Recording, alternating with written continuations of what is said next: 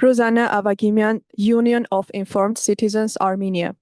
Dear Mr. Moderator, distinguished participants, I wish to address the serious challenges to inclusion and dialogue in Caucasus, institutionalized hatred, exclusion, and animosity against Armenians in Azerbaijan, and their direct results on our lives.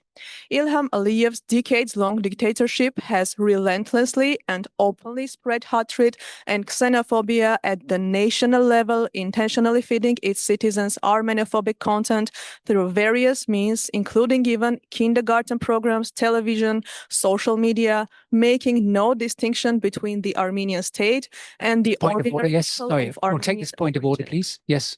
President Aliyev has successfully embedded Armenophobia into Azerbaijani.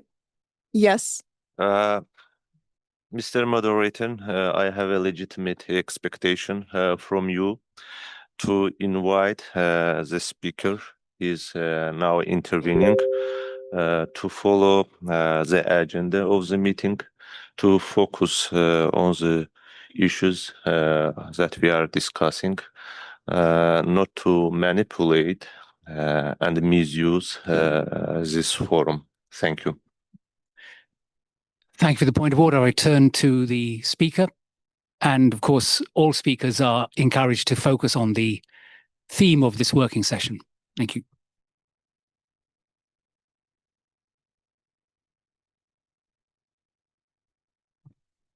Thank you, Mr. Moderator. I am coming to the point. So President Aliyev has successfully embedded Armenophobia into Azerbaijani national identity.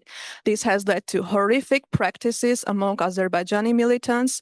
The ears and other body parts of the enemy, including non-combatants, are considered trophies and are widely severed, often prior to death, as a form of torture. This was prevalent during all conflicts against both Armenia and Nagorno-Karabakh in recent years, with torture and murders often filmed and proudly posted on social media. Aliyev announced an amnesty for everyone who participated in the war against Nagorno-Karabakh, which means that even hypothetical possibilities do not exist anymore for accountability on the crimes identified by the OHCHR and special procedures. As Aliyev himself stated, the young generation was brought up in the spirit of patriotism, hatred for the enemy, and the overwhelming majority of those who died in Second Nagorno-Karabakh war were representatives of the young generation. So you call this taking back what was illegally taken from you, then let me call the things by their real names. War of aggression, war crimes, including extrajudicial killings, genocidal policy, including blocking Lachin corridor to make people starve and die. Systemic hate speech and discrimination, mutilation, torture, desecration of bodies of prisoners of war, women, elderly, and others. Here you propose peace and prosperity. Can you please yes, I conclude. Focus on the theme of the discussion, please. Thank you. Yes. What about the 500,000 that you made leave their homes as their blood didn't match yours?